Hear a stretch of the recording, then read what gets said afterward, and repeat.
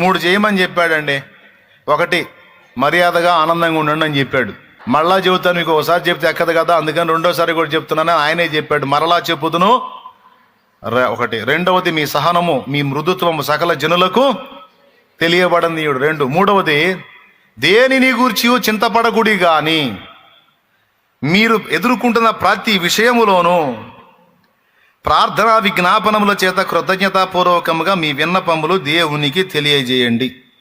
చింతింపకుడి, ఏడవకుడి, బాధపడకుడి, దుఃఖపడకుడి, కృంగిపోకుడి, కుమిలిపోకుడి, భయపడకుడి, జడియకుడి, వెరువకుడి. ఓకే, చింతింపకుడి. 3. 4వది, ఏదైనా ప్రతి విషయమును గూర్చి ప్రార్థనా విజ్ఞాపనముల చేత కృతజ్ఞతాపూర్వకముగా మీ సంగతులన్నీ ఆయనకు తెలియజేయండి, ఎందుకంటే ఆయన నీకు దగ్గరలోనే ఉన్నాడు. ఆయన నీకు దగ్గరలోనే ఉన్నాడు, నీతోనే ఉన్నాడు, నీ ప్రక్కనే నడుస్తున్నాడు.